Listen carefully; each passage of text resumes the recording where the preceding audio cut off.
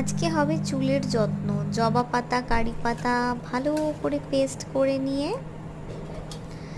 তার সাথে মিক্সিতে পেস্ট করে নিতে হবে, তাহলে ভালো করে মিহি হয়ে যাবে। এটা একটা বাটিতে কর্নফ্লাওয়ার নিয়েছি 3 চামচ। একটু জল দিয়ে ভালো করে গুলে নেব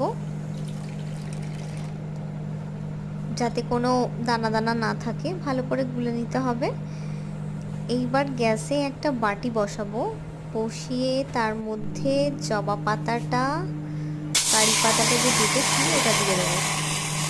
একটু জল দিয়ে ভালো করে কাচিয়ে দিয়ে দিতে হবে। এবার ভালো করে ফুটছে ফুটছে ফুটছে। কাঁচা দিলে না অনেক সময় ইচিং প্রবলেম, যাদের আমার যেমন অ্যালার্জি প্রবলেম আছে, প্রচণ্ড চুলকায়, তো একটু ফুটিয়ে নিলে জিনিসটা ভালো থাকে, কার্যকরীও, আর অ্যালার্জির প্রবলেমও হয় না। ভালো করে ফুটে আসলে কর্নফ্লাওয়ারটা দিয়ে দেবো।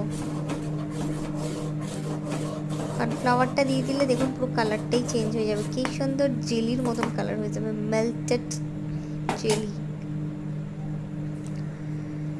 এবার কর্নফ্লাওয়ারটা দিয়ে একটু ভালো করে নাড়াচাড়া করে নেব, ভালো করে মিক্স করতে হবে আগে, কারণ যেহেতু কর্নফ্লাওয়ার গরম জলে গেলে কীরকম একটা সময় লাগিয়ে দেয় মিক্স হতে, তাই ভালো করে মিক্স করতে দেখুন একটু সময় লাগছে। ভালো করে মিক্স করে নিতে হবে। মিক্স করে নিয়ে তারপরে কিছুক্ষণ নাড়াচাড়া করতে হবে, একটু আঠা আঠা মতন হয়ে আসবে, মানে চুলে যেহেতু লাগাবো। হয়ে গেছে কমপ্লিট। এবার তার সাথে একটু নারকেল তেল বা আপনারা আমন্ড অয়েল দিতে পারেন, বা তার সাথে অন্য কোনো অলিভ অয়েল দিতে পারেন, যার যার চুলের